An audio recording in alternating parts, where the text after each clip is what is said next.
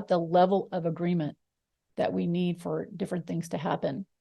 And so consensus, a lot of people confuse consensus with concordance. And this level 3 comes down to this way we test for commitment, like a 5 means I'm totally in, a 4 means I believe in this, a 3 means I can live with it, a 2 means that I can't get on board, and a 1 means I would just can't stand it.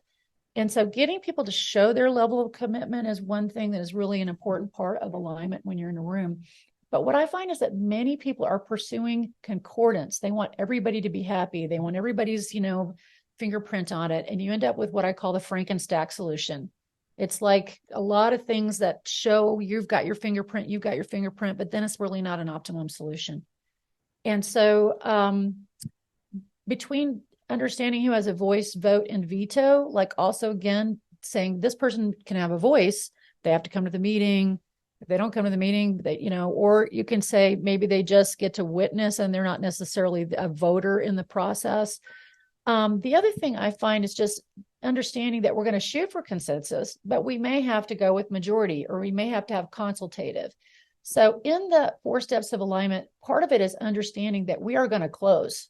We're not going to keep this open-ended forever. Even if it means that we might have to just be consultative, like have the senior person decide at least they got feedback. How do we get the right level of inclusion that makes sense so we're not pursuing everybody in concordance all the time? That's really key.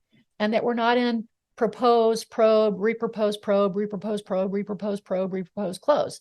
That we actually get people to understand we are going to get together. We are going to have 2 meetings to make this decision. If you want to come, you can come, or you can give your feedback through this form, or you can do whatever it is, but we will make a decision.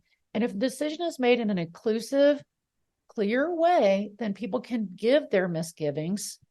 And if we're not always just trying to pursue concordance, then we're not stuck in the like forever, okay, we never got there kind of solution. So having people understand this kind of decision-making model develops a lot of leadership maturity that we don't see right now. What happens right now is that people will make a decision, people are unhappy with it, and they don't know how the decision was made. They don't know when they could have been there or not, or maybe they were there complaining and they think, because I'm complaining, you have to keep working on it. It's not inclusive unless you agreed with me. There are some habits that when you go through the alignment practice, you learn how to work with these dynamics so that you start to develop a group that can competently make decisions inclusively. But it does not mean everybody is involved until we're all happy. That is not what we're talking about. And unfortunately, that's what a lot of people are stuck in now. They're stuck in the feeling that if I've asked you and you don't like it, I have to keep working it. And it's exhausting.